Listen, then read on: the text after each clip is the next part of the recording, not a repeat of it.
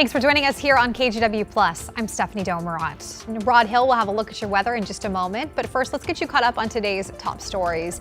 Developing in Northeast Portland, police are looking for a suspect in an overnight shooting that left one man with life-threatening injuries. Police say this happened on Northeast 148th and East Burnside just before 1 o'clock this morning. Police say they arrived on scene and found this red truck riddled with bullet holes. They say a man was taken to a hospital with life-threatening injuries. Because of the severity of the shooting, homicide detectives responded to the scene. Portland police tell us no one has been arrested yet. Anyone with information about this is encouraged to contact police. Meantime, Washington State Patrol is working to figure out what caused a wrong-way crash that killed two drivers along I-5 this morning. Troopers say the crash happened just after 3:30 near the Battleground exit just south of Ridgefield.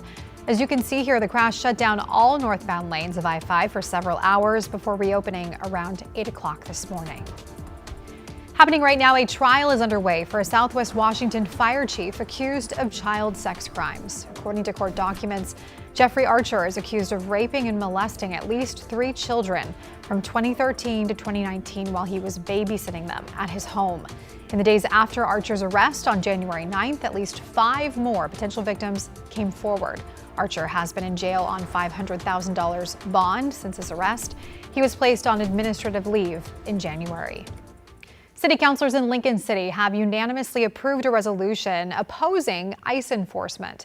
In a 7-0 vote, the council said it does not support the possibility of an ICE detention facility in Lincoln City.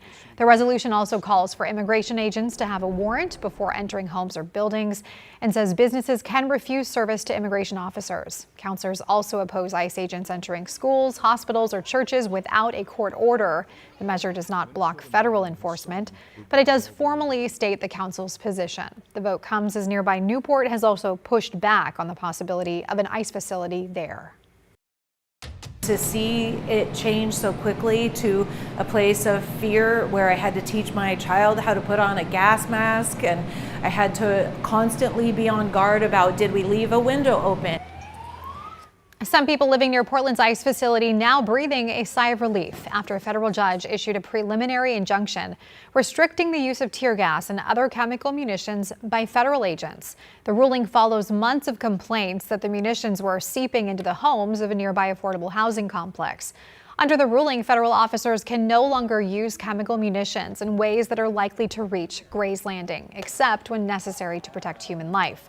This is a separate issue and a separate lawsuit than the one filed by protesters that also challenged the use of tear gas by federal agents. We are still waiting for that decision in that case, which could come today.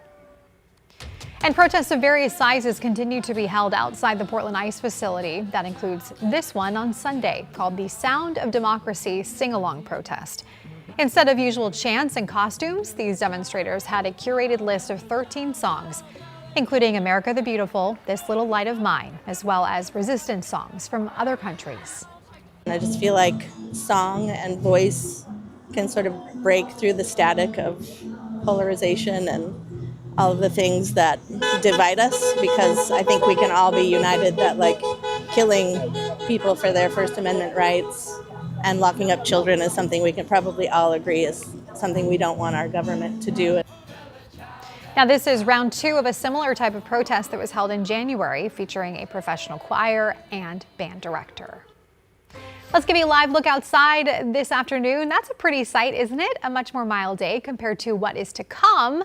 Our meteorologist Rod Hill has been warning us about that. More on the way. Hey, Rod. Yeah, mild in terms of being kind of quiet overall. Thank you, Stephanie. Here's radar, scattered showers out there, but so far we just haven't really seen anything move through the heart of downtown Portland today. There's a lightning strike. I believe it's under the banner up here off the coast of Washington. And Astoria has been fairly wet today. You see the scattered showers there. Reminder, the snow level down to about 1,200 feet as you go up into the mountains. But in the flats of the valley, again, so far it's pretty quiet. Salem holding at 48 degrees. Maybe we hit 50 if we don't start picking up some showers. 47 in Portland, 48 in Tiger. Battleground's cooler at 44. I mean, there are cool spots. These are current numbers. Dallas is 43, Estacada only 41, 47 down in Albany. Scattered showers. I think the numbers just slowly pick up this afternoon. So 50-50 chance you'll see something. We do have a lot of rain starting tomorrow night. We'll get into your complete 7-day forecast coming up shortly. Stephanie? Okay, we'll see you then, Rod. Thank you. Now to the ongoing conflict in Iran. The son of Iran's late supreme leader has been named as the Islamic Republic's next ruler. This comes as President Trump says he is not ruling out sending U.S. ground troops into Iran. NBC's Alice Barr has the latest from Washington. With the U.S. and Israel still trading heavy fire with Iran, the nation is mourning a 7th American service member who U.S. Central Command says died from wounds suffered during an Iranian attack on Saudi Arabia a week ago. Following this weekend's dignified transfer for 6 of the fallen, President Trump acknowledged there may be more. It's part of war. It's a sad part of war. It's the bad part of war. The president not ruling out sending U.S. ground troops into Iran. Possibly, for very good reason. That as Iran named a new supreme leader, according to state-run media, Mojtaba Khamenei, son of the Ayatollah, killed in initial U.S.-Israeli strikes. President Trump had insisted on having a say in Iran's new leadership. The Iranian foreign minister rejecting that and calls for a ceasefire without a permanent end to the war. Unless we get to that, I think we need to continue fighting for the sake of our people and our security. As the escalating conflict disrupts critical oil channels, the cost of oil topping $100 a barrel for the first time in almost 4 years, with a gallon of gas now up nearly 50 cents in a week on average across the U.S. The administration adamant that'll be short term. In the worst case, this is a week's. This is not a month's thing. We're now seeing the ripple effects of this war with higher gas prices, with declining job numbers. The defense secretary rejecting critics' calls for a clear timeline. You don't tell anybody what your limits would be on an operation. We're willing to go as far as we need to in order to be successful. In Washington, Alice Barr, NBC News. And according to AAA, right now the national average for a gallon of gas is $3.48. Oregon sits at $4.20, which is up 30 cents from just a week ago. In Washington, the average gallon of gas will run you $4.63. New York police confirmed that a device thrown during protests outside the New York mayor's house was in fact an explosive device. Mayor Zohran Mamdani and First Lady were at home at the time, but both were unharmed. The incident took place Saturday during an anti-Islam protest. The 2 men arrested are an 18 and 19-year-old from Pennsylvania. A woman has been taken into custody after allegedly firing multiple shots at Rihanna's home in Beverly Hills on Sunday. You can see the bullet holes scattered along the mansion's gate. The incident happened Saturday afternoon when police say an unidentified woman drove to the property and discharged several rounds from an AR-15 style rifle. Police confirmed Rihanna was home at the time. There were no injuries reported. That shooting is now under investigation. And it is a strike. Still ahead at 12:30, new technology being added to this year's baseball season. Catch the so-called robot umpires next. I'm Matthew Herchick, new morning anchor at KGW. I'm a huge sports fan, and I know I might be from the Buckeye State, but I'm excited to explore what the Rose City has to offer. I want to make sure you're prepared for the day, whether it's bringing you breaking news or sharing those inspirational stories that make you smile. We've got you covered. Because when news moves fast, you need a team that moves with you. Make the move to Portland's #1 streaming newscast, Sunrise, weekday mornings from 5 to 9, anywhere you watch.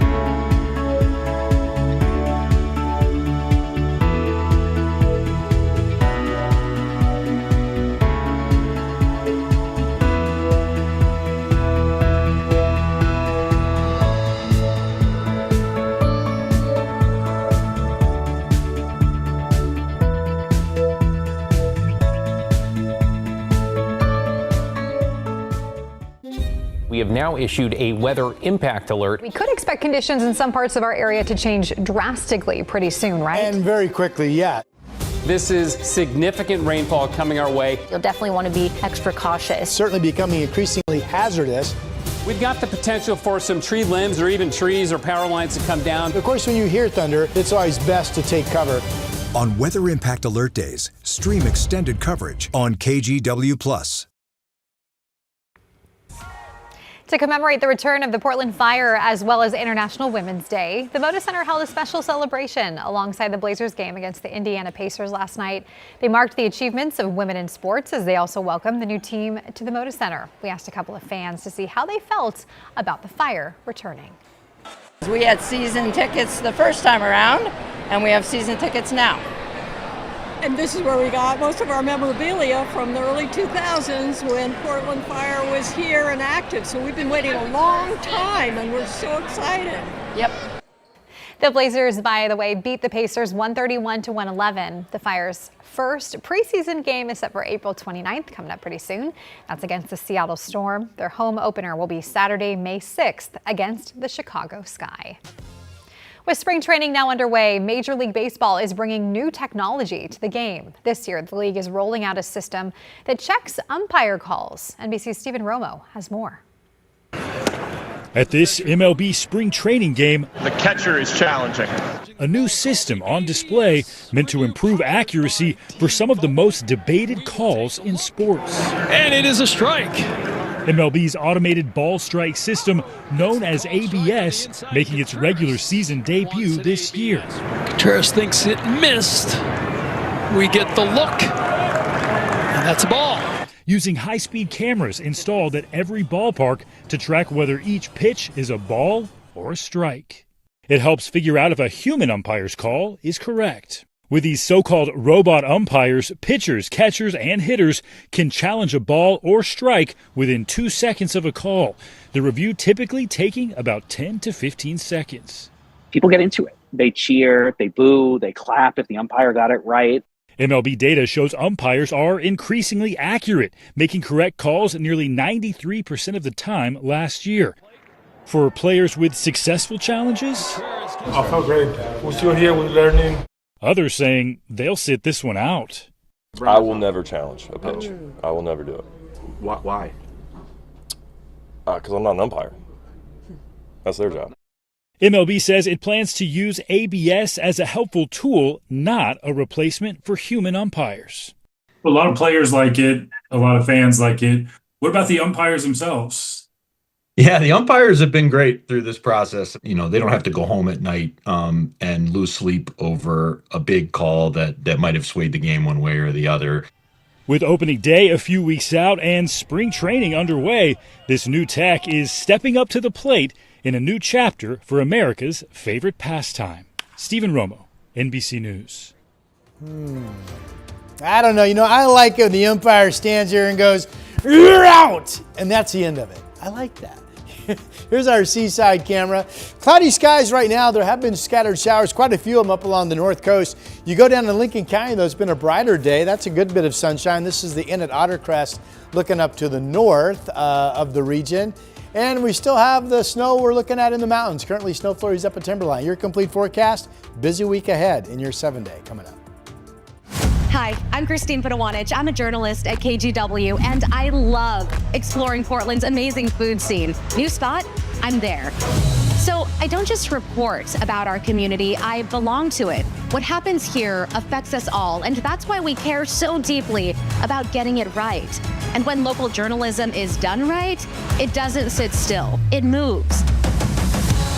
It moves you to act, to vote, to volunteer, to speak up, or to lend a hand. It moves your mind by challenging assumptions and offering new perspectives.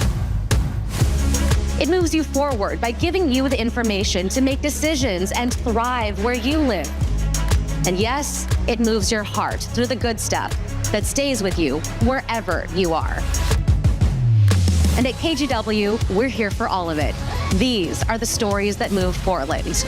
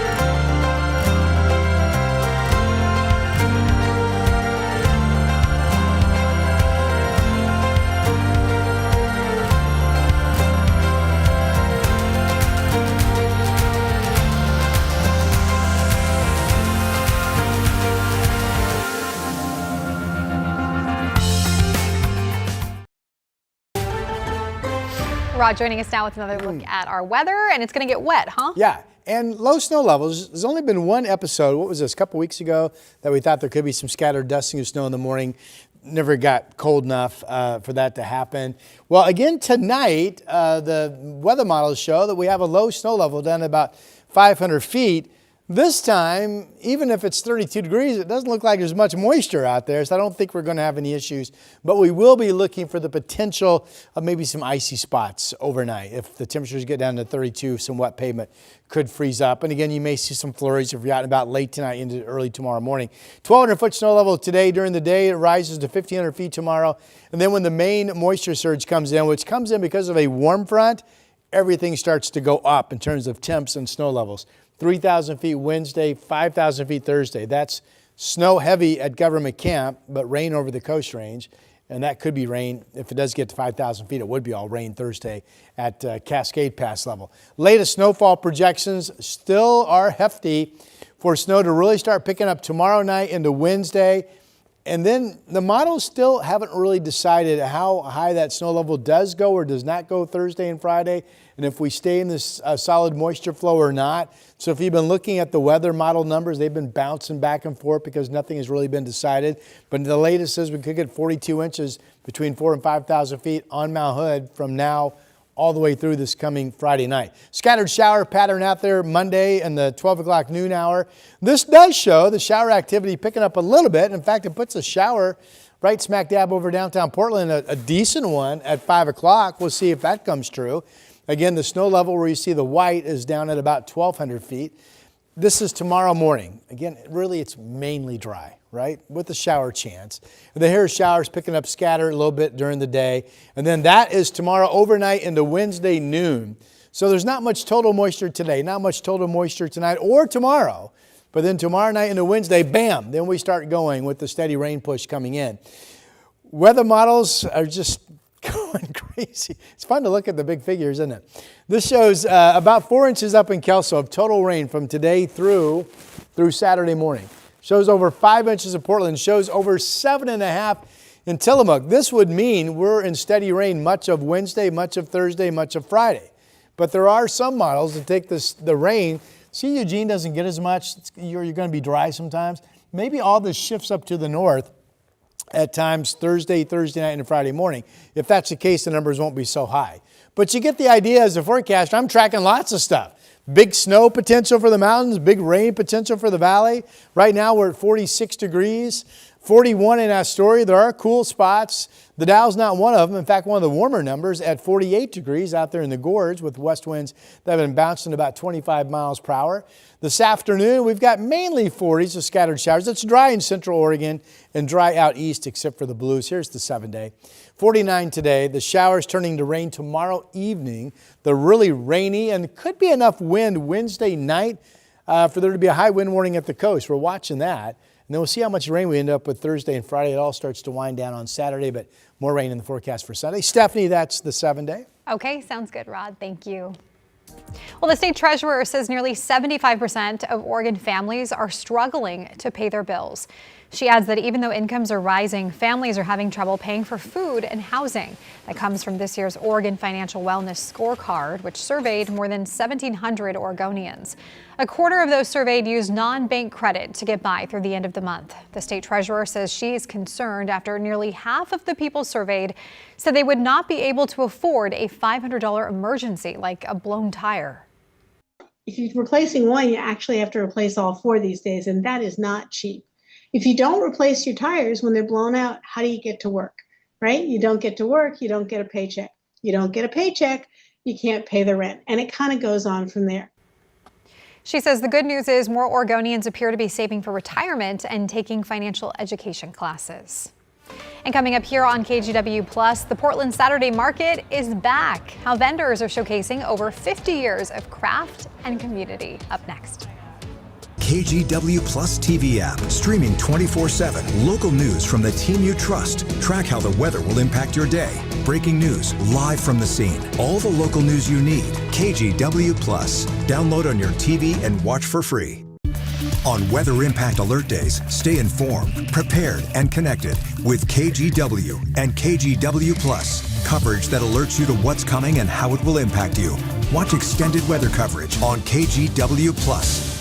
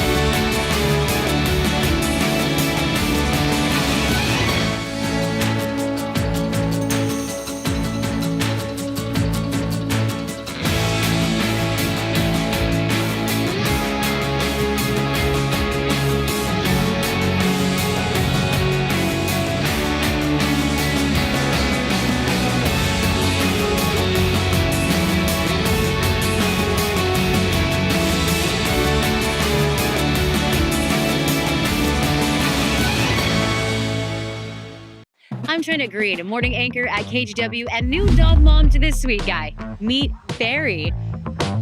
I love getting your mornings off to a great start, whether it's sharing stories of resilience and triumph in our community, or following breaking news from Beaverton to Gresham and everywhere in between. We've got you covered, because when news moves fast, you need a team that moves with you. Make the move to KGW Sunrise, weekday mornings from 5 to 9, anywhere you watch. Well, the Portland Saturday Market is back. It celebrated its 52nd opening day in Old Town with a long list of activities. Each week you can find more than 150 vendors at the Saturday Market. It's a great time. Employees offered tours showing off this year's festival poster and the new Living Museum.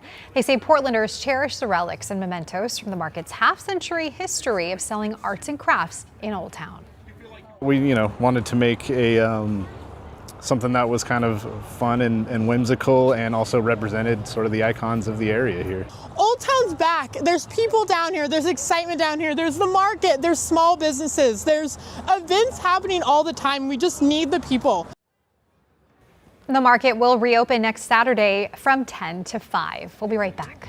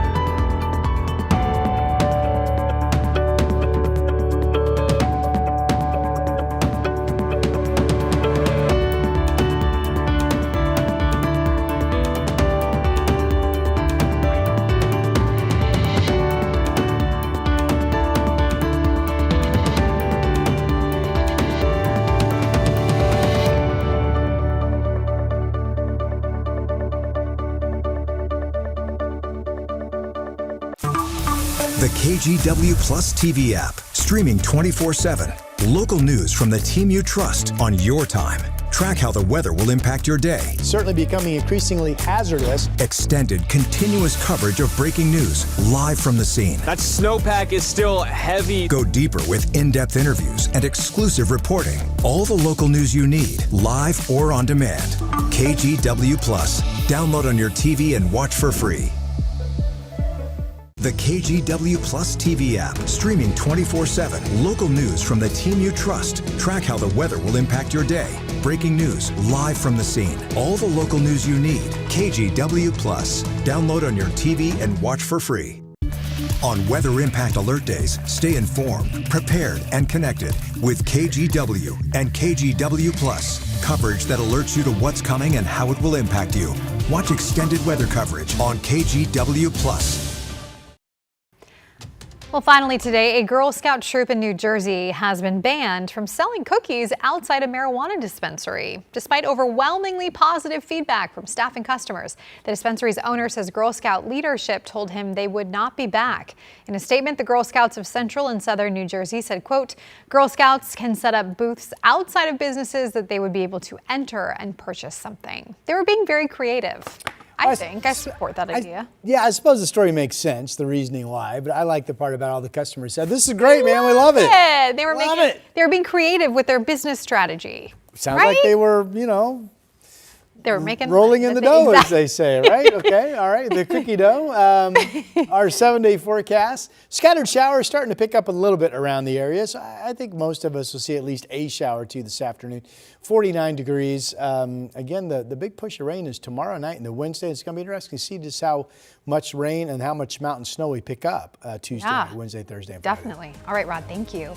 Hey, a reminder, we've added more live news to KGW Plus. You can see the schedule here on your screen today at 7 to 9 in the morning and at 5:30. Thanks so much for joining us. We'll see you back here today at 4. Have a great day.